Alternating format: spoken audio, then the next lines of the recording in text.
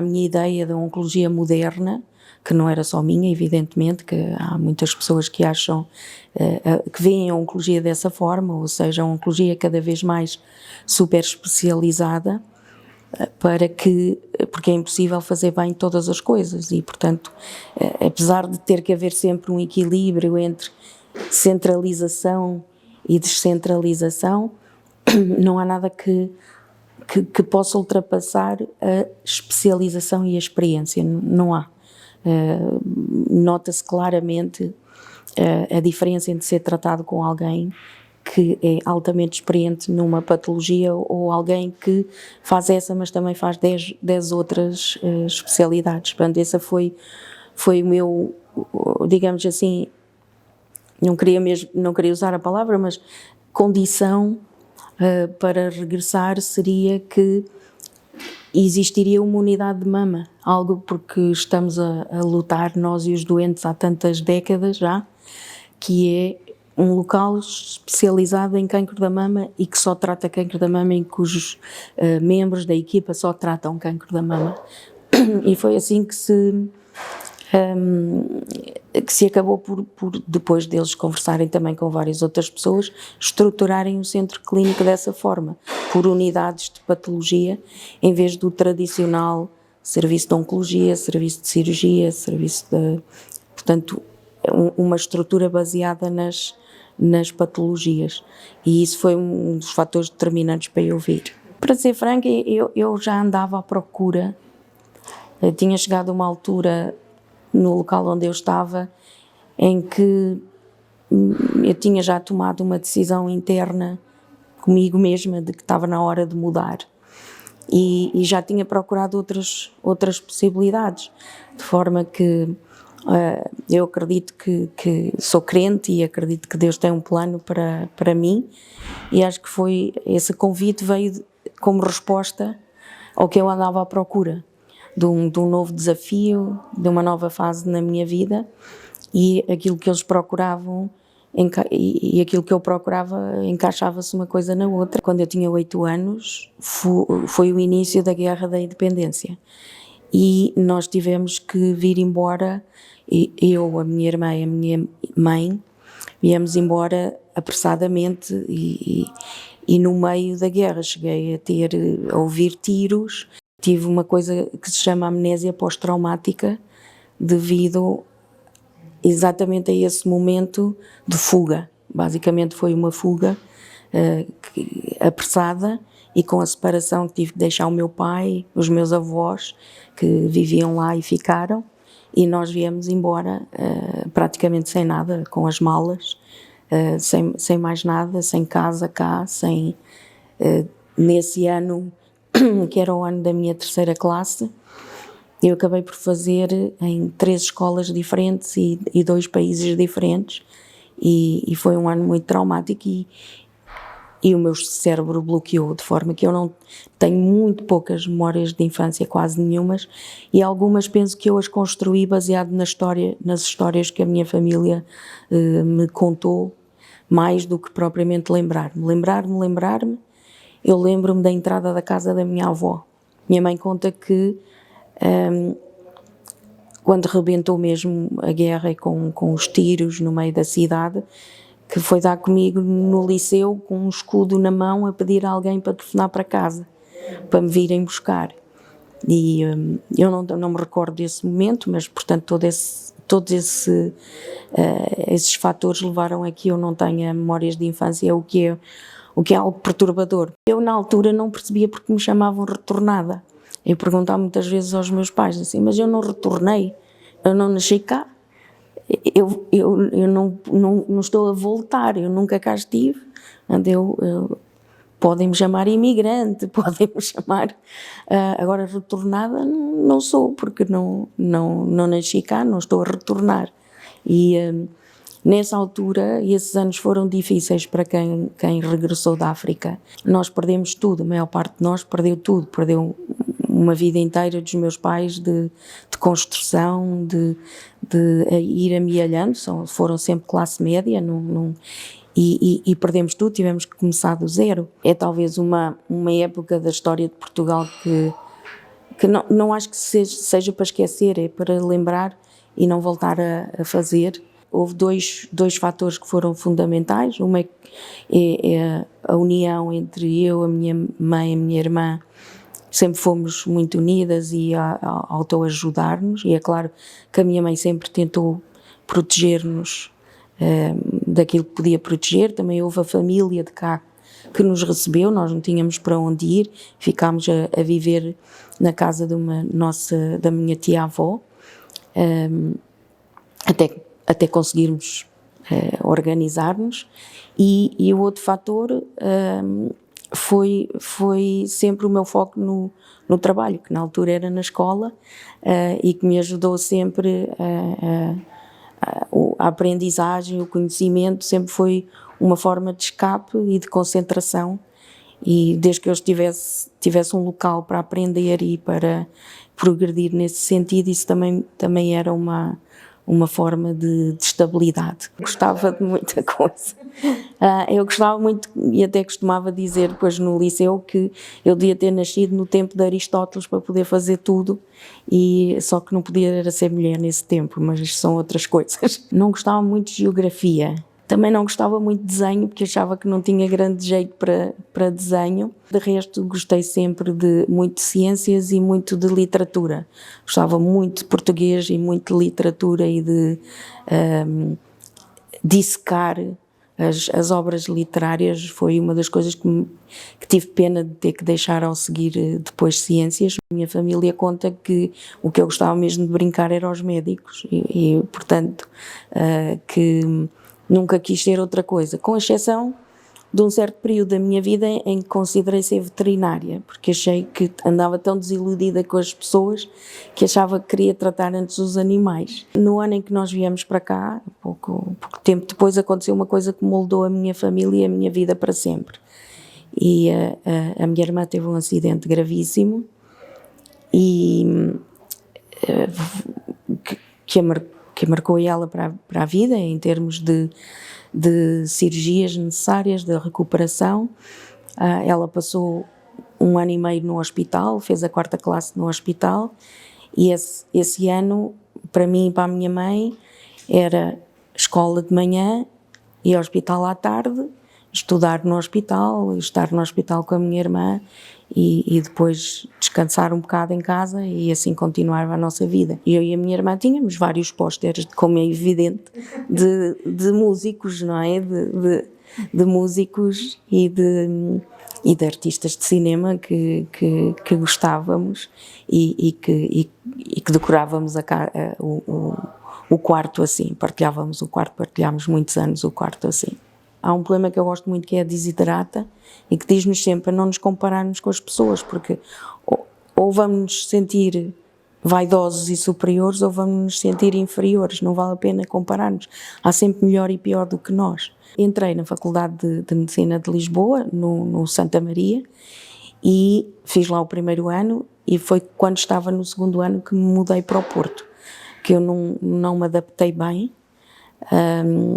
Nunca me adaptei bem a Lisboa. Gostou muito vir do Porto, que eu considero a minha cidade adotiva. Nessa altura eu também fiquei doente, nesse 2º ano, acabei por ter que parar e tomei a decisão de voltar para o Porto. Fui viver com os meus avós e acabei a faculdade lá, e fiz a faculdade toda lá, no Hospital de São João, e depois entrei na especialidade no IPO do Porto, fiz a especialidade no IPO do Porto. Nós sempre tivemos, pelo menos naqueles anos, tínhamos sempre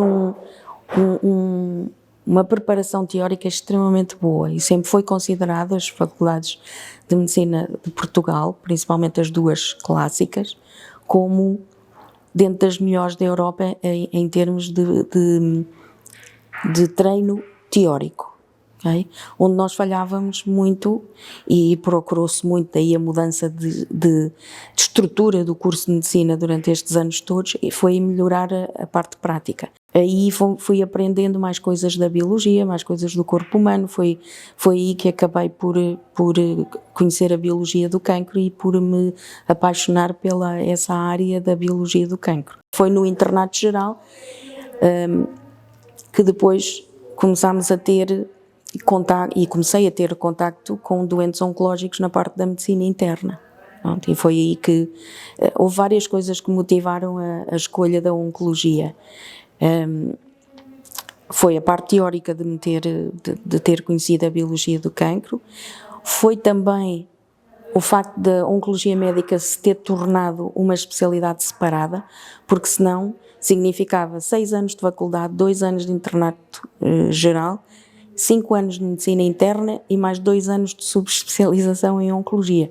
E era muito longo, mas no ano anterior ao meu, foi o ano em que a oncologia médica se separou da medicina interna, e então eu achei que valia a pena ir. Doenças infecciosas, foi a minha melhor nota na faculdade, eu gostava muito de doenças infecciosas, e a razão pela qual eu não escolhi doenças infecciosas foi porque esses foram os anos do boom da SIDA. E nessa altura, praticamente não se fazia mais nada, exceto SIDA, não é? E eu gostava de tudo o resto das doenças infecciosas, dos diferentes tipos de infecção, e achei que ia ficar completamente absorvida por uma doença só. Se calhar acabei por ficar absorvida por uma doença só, mas pronto, naquela altura pareceu-me um pouco redutor. E depois tem uma terceira que não tem nada a ver com nenhuma delas, que era a cirurgia plástica, porque eu achava fascinante a cirurgia da mão. Porque, e tinha jeito, acho que também teria sido interessante, mas depois a minha melhor amiga teve cancro da mama e isso foi acabei entre essas três de decidir oncologia. Decidi ir para a oncologia, não é? É claro, a oncologia dentro da oncologia depois fui tentando perceber que área gostaria e é evidente que a área do cancro da mama sempre me atraiu mais. E o meu orientador de internato também se dedicava muito ao cancro da mama e depois acabei por ter a oportunidade de ir fazer o estágio de investigação ao Jules Bordet, onde estava Martine Picard, também super especialista em cancro da mama, e esse internato, esse primeiro estágio de investigação foi dentro do internato, onde foram 4 meses com o apoio da Liga Portuguesa contra o Cancro, que eu fui passar a Bruxelas, e foi aí mesmo que eu tomei a decisão que seria o meu futuro, seria dedicado ao cancro da mama. E depois regressei, fiz o exame e acabei por só trabalhar 3 meses como especialista no IPO do Porto, mas trabalhei lá o tempo todo como interna, não é? E depois desses 3 meses fui para Bruxelas. Supostamente iria por 2 anos, para fazer um fellowship de 2 anos, e depois acabei de ficar 10. A oportunidade que eu tive no Jules Bordet, que não teria se tivesse permanecido no IPO do Porto, foi exatamente a possibilidade de fazer as duas coisas, não é? De manter uma atividade clínica que para mim sempre foi essencial manter, não me via sem fazer essa parte da clínica, mas ao mesmo tempo ter uma parte de investigação bastante importante. E existiam, vamos dizer, 3 perfis nos membros da equipa da Picard. Existia um perfil exclusivamente de investigação, eles são pessoas que estavam nos laboratórios, não faziam clínica. Podia existir pessoas que não queriam fazer investigação, um perfil perfeitamente clínico, e existia o perfil misto, onde eu me integrava, que fazíamos as duas coisas, mas tínhamos também uma redução na carga clínica para poder fazer as duas coisas. E nesses anos, que foi o início dos anos 2000, eu fui para lá mesmo no ano 2000, foi o ano em que se descodificou o genoma humano, o ano em que se começou a falar de investigação translacional. E aquilo que levou à minha ida aos Estados Unidos foi exatamente treinar em ser uma investigadora translacional.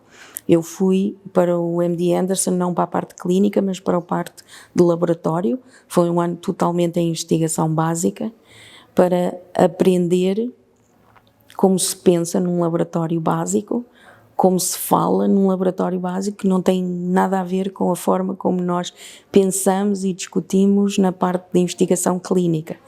E eu achei que para fazer investigação translacional precisava de conhecer os dois mundos.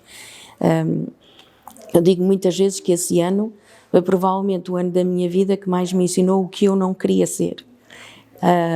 E aprendi muitas coisas que eu não queria ser, mas que foram extremamente úteis para melhorar o ser uma investigadora translacional. Gosto de desporto, mas é sentada no sofá. Eu gosto muito de ver desporto. Sou portista ferrenha, sempre que posso vejo e há muitas brincadeiras aqui entre a equipa, porque há muitos sportinguistas aqui e há alguns benfiquistas e também há, como somos muitos da minha equipa são do Porto ou do Norte, também há portistas, de maneira que... Mas gosto de ver desporto. Agora também, vamos dar-lhe outra notícia inesperada, eu fui campeã de basquete na escola. Não era um poste, como podem imaginar, mas era um distribuidor. Driblava muito bem e passava muito bem. E fomos campeãs de basquete no segundo ano do preparatório, pronto. Acho que isso se chama o 8º ano agora, não é? É inesperado. E também joguei ténis durante muito tempo e fiz karaté. Sou muito grata a todos aqueles que contribuíram para o meu treino, para a minha educação e lembro-me, há professoras e professores que tiveram marcas fundamentais na minha vida e que eu nunca esquecerei porque moldaram a pessoa que eu sou.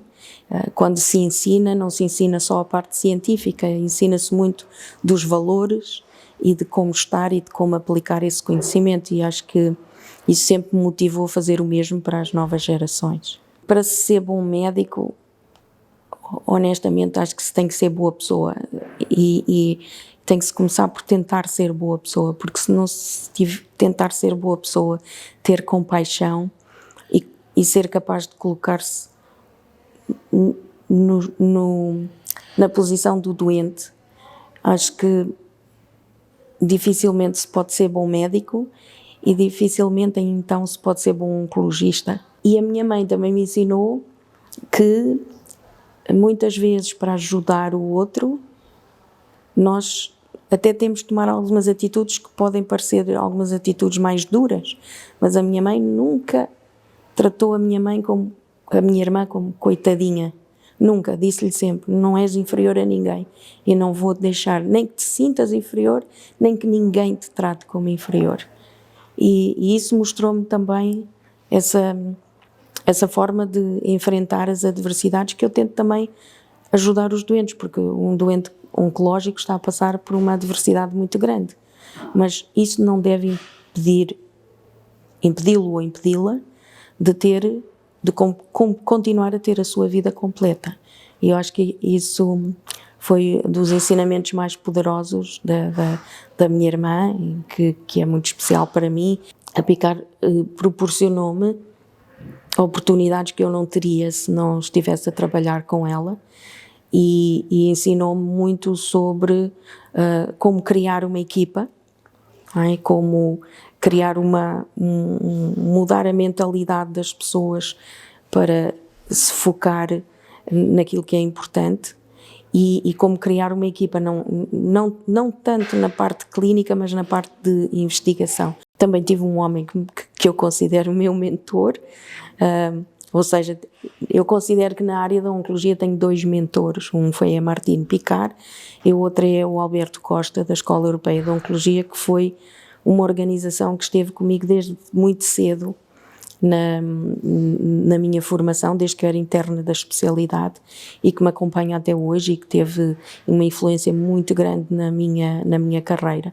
Não considero esses 2 os meus mentores, mas considero que o meu orientador da especialidade, o Dr. Leal da Silva, e o meu diretor de serviço na altura, que foi quem quase que me empurrou para eu ir fazer o estágio fora, acabando por mudar a minha perspectiva de carreira. Há muitos anos que não escrevo, mas eu escrevi a poesia, escrevi durante a minha adolescência e durante a idade jovem, durante muitos anos escrevi. Depois, olha, a vida foi ficando mais ética cada vez mais e deixei de escrever, mas gosto muito de ler, tenho pena de não conseguir ler mais, tenho sempre uma pirâmide de livros à minha cabeceira que eu gostava, se não chegasse à cama já com tanto sono de ler, gosto muito de ler, e a música sempre foi algo que me acompanhou desde criança. Tenho dificuldade com estes novos cantores. A minha cantora preferida, como eu falei no meu prémio de Women for Oncology, era a Olivia Newton-John, e gosto deste soft pop, de rock, mas não hard rock, e gosto de letras de músicas que tenham sentido. A letra da música é importante para mim, não só a música em si, mas a letra da música. Gosto de música francesa também, antigos. Gosto de música francesa. Não gosto muito de barulho, eu sou muito difícil nesse aspecto em que eu preciso ter...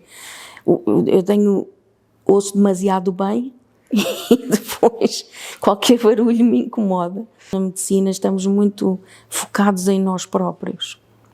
Até estamos muito focados na nossa própria especialidade.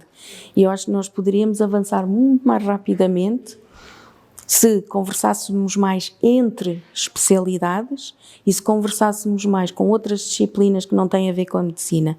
E eu acho que uma das disciplinas, sem dúvida, que nos daria, e que tentamos mesmo, agora falando seriamente, é a engenharia. Porque há muitas coisas que nós temos problemas que eles já encontraram soluções que estão adaptadas a outras realidades, mas que podem ser trazidas para a medicina e ajudar-nos a dar passos muito grandes em frente. Penso que agora, com este boom da inteligência artificial, vai haver uma maior colaboração entre disciplinas, não é? E acho que a medicina, seja ela em que especialidade for, só tem a ganhar com isso, porque acho que nós estamos habituados a olhar para os problemas, somos formatados para olhar para os problemas de uma certa maneira. Não é? Por isso eu lhe dizia que o investigador básico pensa diferente do investigador clínico. E quanto mais nós falarmos com pessoas que olham para os problemas de forma diferente, mais podemos ver soluções que sozinhos não conseguimos. E a forma como um engenheiro olha para um mesmo problema que um médico é totalmente diferente. E tanto vê problemas de forma diferente como vê soluções de forma diferente. E acho que nós poderíamos avançar muito mais rapidamente se fizéssemos essa interação. Aconteceu-me poucas vezes na vida ficar sem palavras. Acontece-me raramente. Mas nesse dia estava no táxi a caminho de uma viagem, ia para o aeroporto. E telefonaram-me e disseram-me daqui fala da casa do Presidente da República. Eu pensei que alguém me estava a brincar. E inicialmente foi uma distinção que muito me honrou e que eu espero ter continuado a contribuir. Acho que é muito fácil conjugar a medicina com a fé, é muito fácil, mas mesmo a ciência com a fé é fácil, porque quanto mais ciência nós descobrimos, mais impossível se torna pensar que tudo isto aconteceu por acaso. Acho que cientificamente falando, é impossível achar que tudo acontece por acaso. Não as leis todas do universo poderiam justificar que tudo acontecesse por acaso. Quando se estuda um órgão como o rim, que é o meu órgão preferido, já agora, não é a mama, é o rim. O rim é um órgão fantástico. Como é que um órgão tão pequeno é construído como a mais inteligente barragem e sistema de filtração que possa imaginar, onde nada se perde, nada do que passa por ali se perde, a não ser que tenha mesmo que ser eliminado. E eu acho que quanto mais nós vemos isso, ou vemos a forma das flores, ou como os animais se interagem e a fauna interage, acho que é impossível pensar que tudo isto de repente aconteceu por acaso. Aquilo que me ajuda na oncologia, ou se eu puder dizer aquilo que é difícil na oncologia, mas não tem a ver só com a minha fé, tem a ver também com os valores que eu tenho. Eu não minto. E é muito difícil, por vezes, na oncologia, não mentir.